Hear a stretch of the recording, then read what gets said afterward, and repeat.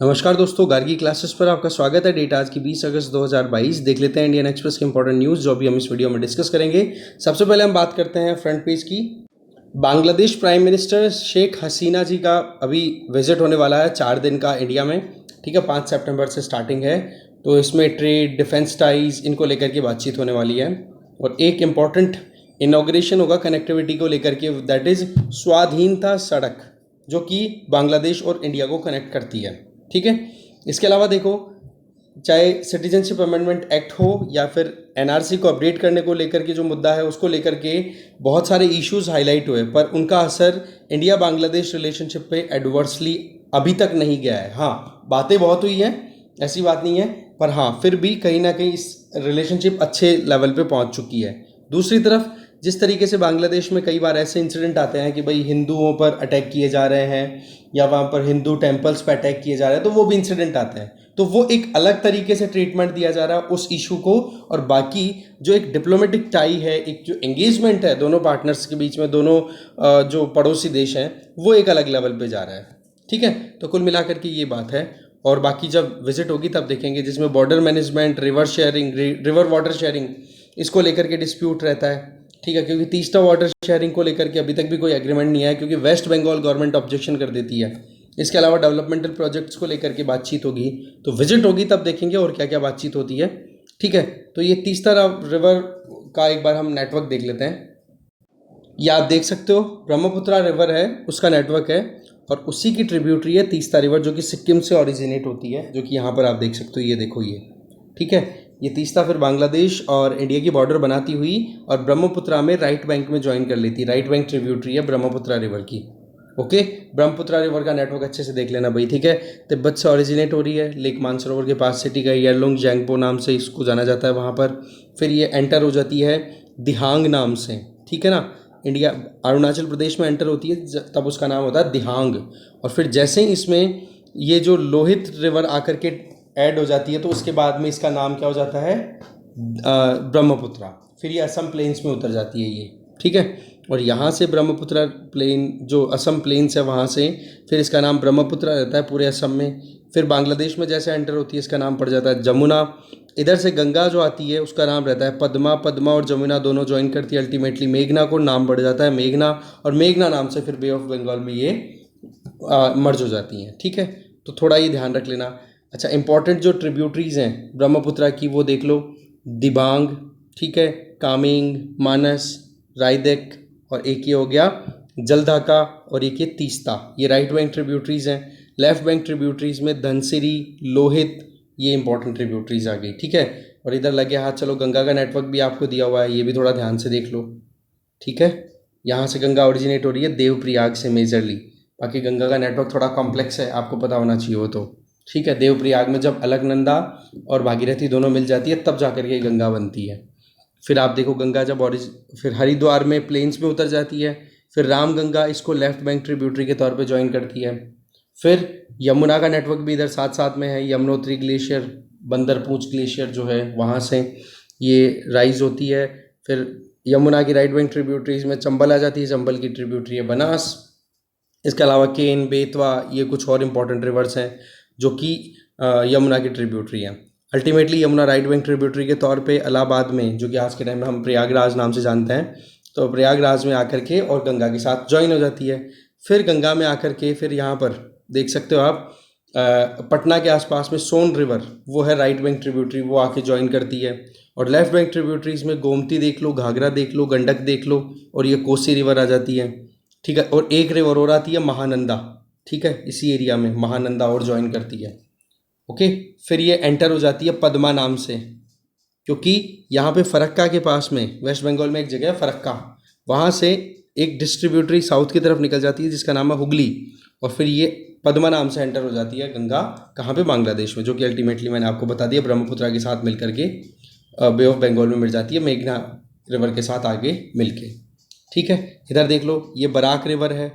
ये Barack river भी इधर नॉर्थ ईस्ट में फ्लो होती है, मेघना के साथ ज्वाइन करती है। अल्टीमेटली यहाँ पर आकर के ब्रह्मपुत्रा, गंगा और बराक, ये तीनों मिल करके गिर जाती है यहाँ पे माउथ ऑफ गेंजिस के नाम से सुंदरबन डेल्टा बनाती हुई। तो ये थोड़ा सा नेटवर्क हमें थोड़ा ध्यान रखना है, और इस मैप को थोड़ा अच्छे से देख ही लेना भाई। ठीक है ना, ओके, आगे चलते हैं। एक्सप्लेन पेज पे आज कुछ खास है नहीं, ठीक है। नेक्स्ट है वर्ल्ड पेज पे। देखो, चाइना ने अपनी तरफ से एक चीज़ को अप्रूवल दे दिया है कि China Pakistan economic corridor authority है ना, उसको चाइना अब स्क्रैप कर देगा। रेडी हो गया है। पाकिस्तान इस चीज़ की डिमांड कर रहा था बार बार। देखो, चाइना पाकिस्तान इकोनॉमिक कॉरिडोर जो है ना, वो चाइना का जो एम्बिशियस प्रोजेक्ट है, बेल्ट एंड रोड इनिशिएटिव, उसी का पार्ट है, जो कि पाकिस्तान ऑक्यूपाइड कश्मीर से होता हुआ गुजरता है। तो ऐसे में इंडिया ने तो ऑब्जेक्शन शुरू से कर रखा है इसका, पर पाकिस्तान पर अब आप देख सकते हो कि परिस्थितियाँ ऐसी है कि कर्जा लगातार बढ़ रहा है और प्रोजेक्ट जिस स्पीड से चलना चाहिए था उस स्पीड से नहीं चल रहा है। तो ऐसे में ऑल वेदर फ्रेंड्स, मतलब हर परिस्थिति में चाइना ने, या चाइना पाकिस्तान की दोस्ती हमेशा चलती रही है, तो दोनों के बीच में कहीं ना कहीं रिफ्ट आ रही है इस पर्टिकुलर प्रोजेक्ट को लेकर के, क्योंकि स्पीड बहुत कम है। ये मल्टी बिलियन प्रोजेक्ट है, $60 बिलियन का प्रोजेक्ट अपने आप में, ठीक है। अब इस्लामाबाद जो है वो सिक्योरिटी नहीं दे पा रहा है इस पर्टिकुलर प्रोजेक्ट पे। जो भी चाइनीज़ पर्सनल्स वहाँ पे काम कर रहे हैं उन पे अटैक हो रहा है।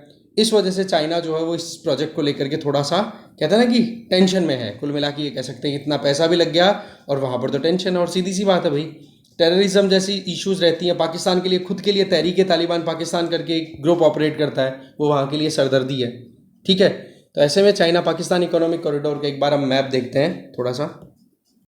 ये आपके सामने मैप है, ठीक है। ये शिनजियांग प्रोविंस में एक सिटी है जिसका नाम है काशगर, वहाँ से शुरू होता है और काराकोरम हाईवे के थ्रू फिर बाद में पाकिस्तान ऑक्यूपाइड कश्मीर, जो कि लीगली हमारा है और इलीगली पाकिस्तान ने ऑक्यूपाई कर रखा है, गिलगिट बाल्टिस्तान वाला एरिया, उधर से पास होता हुआ और फिर पाकिस्तान के एबटाबाद, इस्लामाबाद, इनको कनेक्ट करेगा, लाहौर को कनेक्ट करेगा, फिर अल्टीमेटली यहाँ तक ग्वादर पोर्ट तक है, ठीक है, जो कि पाकिस्तान की ही ये जो प्रोविंस है बलूचिस्तान, उसमें लोकेटेड है। पाकिस्तान में मेजरली देखो 4 स्टेट्स हैं, ठीक है। एक तो सिंध है, एक बलूचिस्तान है, एक ये पंजाब हो गया, और एक ये ऊपर वाला है, मुझे याद नहीं आ रहा है इसका नाम, ये बता दूंगा मैं भी आपको, है ना।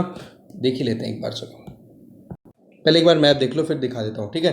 कराची पोर्ट यहाँ पर है ही, इंडिया के बॉर्डर से ज़्यादा दूर लोकेटेड नहीं है, ये अरेबियन सी इधर आ ही गया।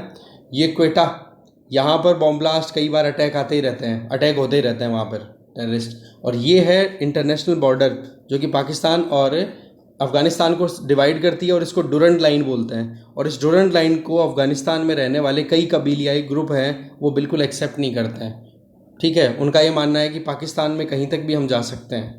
तो इस मुद्दे को लेकर के पाकिस्तान बहुत ज़्यादा सेंसिटिव भी है, ठीक है ना। तो ये थोड़ा सा है। अब आपको बता देता हूँ मैं पाकिस्तान के जो भी स्टेट्स हैं उनके बारे में। ये है पाकिस्तान का मैप, ठीक है। खैबर पख्तूनवा नाम है इसका, मैं इसका नाम बोल रहा था, ठीक है। ये पंजाब हो गया, बलूचिस्तान की राजधानी क्वेटा है ही, और ये सिंध हो गया, सिंध की कैपिटल है कराची, ओके। ये है पाकिस्तान का पॉलिटिकल मैप। देखो फिर नेक्स्ट है स्पेन में एक बड़ा सा डैम था, डैम का नाम यहाँ पर देखो क्या है, वेल्डेकेनास, ठीक है। वेल्डेकेनास रिजर्वॉयर, वो धीरे धीरे अब क्या ड्राई हो रहा है। अब की बार पता है यूरोप में क्या है कि ड्रॉट्स पड़ रहे हैं, बरसात अच्छे से नहीं हो रही है, तो कुल मिलाकर के वहाँ पर सूखा पड़ रहा है, तो पानी की कमी तो होएगी। तो ये जो रिजर्वॉयर है ये ड्राई होता गया, तो उसके बाद में देखा गया कि कुछ पत्थरों से बनी हुई ऐसी स्ट्रक्चर देखने को मिली जो कि रिजेंबल करती है मेगालिथिक एज की जो स्टोन स्ट्रक्चर्स हुआ करती थी उनको, ठीक है।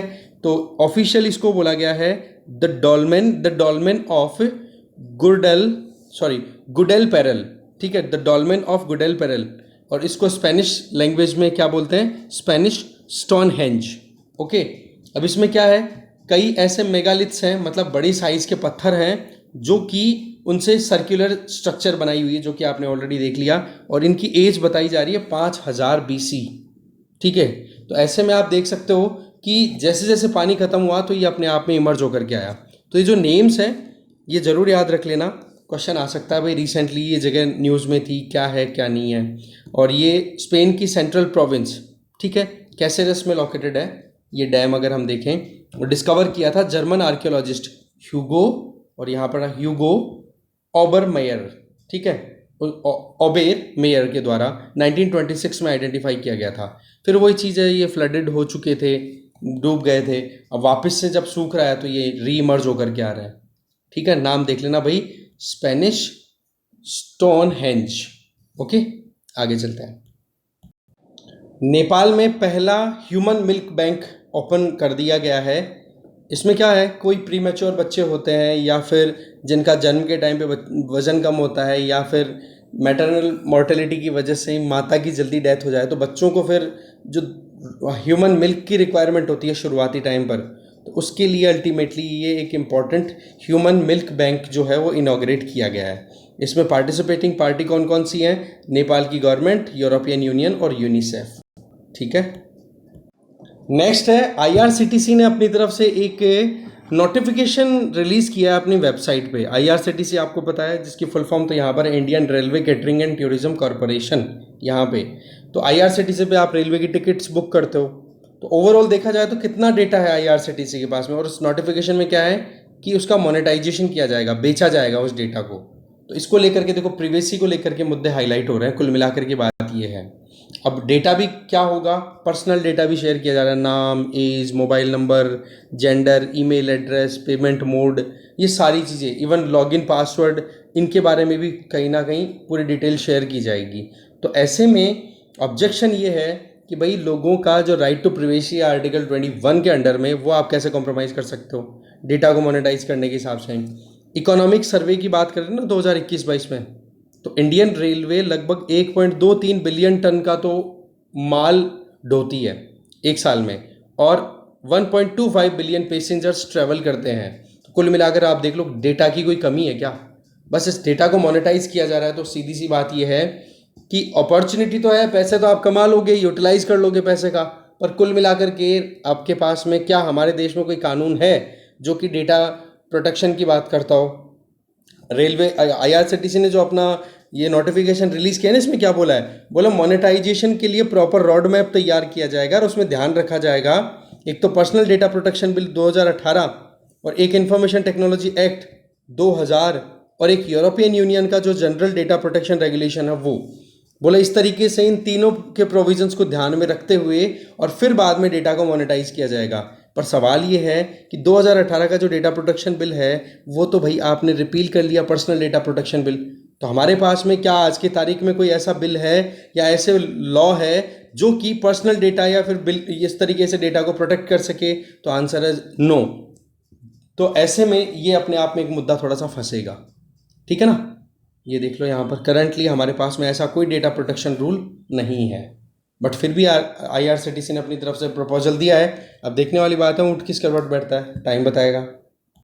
नेक्स्ट है, देखो ग्रोथ, इन्फ्लेशन की बात करें और एक्सटर्नल बैलेंस की बात करें तो इंडिया कहीं ना कहीं अच्छा परफॉर्म कर गया। फाइनेंस मिनिस्ट्री के द्वारा मंथली इकोनॉमिक रिव्यू रिलीज़ किया गया है। ठीक है, जियोपॉलिटिकल रिस्क, और ये आपको पता ही है। एक तो आईएमएफ ने जो हमारी प्रोजेक्टेड ग्रोथ रेट रखी है वो अभी भी देखो 7.5% के लगभग रखी है, 7.4%। इसके अलावा और इन्फ्लेशन को हमने 7.01% से रिड्यूस करके 6.7% तक तो ले आए हैं। इसके अलावा जो हम इंपोर्ट करते हैं रॉ मटेरियल, उसकी भी प्राइस बहुत हद तक ज़्यादा थी, पर कैसे अभी अंडर कंट्रोल है। डेप्रीशिएशन की बात करें तो करेंसीज यूएस डॉलर के कंपैरिजन में बहुत सारी डेप्रीशिएट हुई, पर इंडियन करेंसी थोड़ी सी कम डेप्रीशिएशन में गई। ये सारी चीज़ें बताई गई इस रिलीज़ में, जो ऑलरेडी आपको पता है, हमने बहुत बार डिस्कस कर लिया है। ठीक है, और इन्वेस्टमेंट, जो फॉरेन पोर्टफोलियो इन्वेस्टर्स थे उन्होंने पैसा निकाला था, वापस से देखो आने लग गया है। सेंसेक्स आप देख लो 60,000 के लगभग फिर से मार्केट करना शुरू कर चुका है। इधर है देखो, सॉफ्टवेयर में कुछ ग्लिचेज आ रहे हैं, एप्पल की टेंशन बढ़ रही है और एप्पल जो है रिवाइज करेगा, अपनी अपडेट करेगा कुछ चीज़ों को। बेसिकली मुद्दा क्या है, देखो दो तरीके के रिस्क हैं एप्पल बेस्ड, जो एप्पल कंपनी के जो भी प्रोडक्ट है, जैसे आईफोन, आईपैड हो गए, मैक हो गया, ये सारी चीज़ें। तो ओवरऑल इसमें क्या है, एक तो कर्नेल का हैक होना। कर्नेल क्या होता है? Basically kernel is the core of the code for operating system. जैसे iOS होता है, इस पे सिस्टम चलता है एप्पल फ़ोन्स का, तो इसमें जो भी कोडिंग होती है, कोई भी एप्लीकेशन तैयार की जाती है ना, जिस प्लेटफॉर्म पे तैयार की जाती है वो होता है कर्नेल। अब वो कर्नेल ही अगर हैक हो गया तो इसके बाद में आप देख सकते हो कि जो हैकर है उसके हाथ में पूरे कंट्रोल आ जाएगी उस डिवाइस की। तो एक तो देखो इसको अपडेट करना ज़रूरी है। दूसरी चीज़ क्या होती है कि वेबकिट एक ये भी प्लेटफॉर्म ही है। जैसे आप देखते हो, कभी आपने एप्पल फ़ोन यूज़ किया हो तो वहाँ पर जो सर्च इंजन के लिए यूज़ होता है ना एप्लीकेशन, वो है एप्पल की सफारी। ठीक है, सफारी के नाम से आता है वो। तो आप देखो इंटरनेट ब्राउज़र, राइट, तो वो इंटरनेट ब्राउज़र जो सफारी है वो ऑपरेट करता है वेबकिट करके प्लेटफॉर्म पे, और ये वेबकिट में भी फ्लॉज हैं, कुछ कमियां हैं। तो ऐसे में अगर एक यूज़र कोई भी एक्सेस करता है कोई भी इन्फॉर्मेशन को सफारी का यूज़ करके, तो उसमें भी थोड़ा रिस्क रहता है। तो उस चीज़ को लेकर के ओवरऑल अगर देखा जाए तो फिर थोड़ा सा कहीं ना कहीं प्रॉब्लम हो सकती है, हैकर्स उनको हैक कर सकते हैं। तो ये दो फ्लॉज को चेक किया जाएगा, देखा जाएगा कमियों को।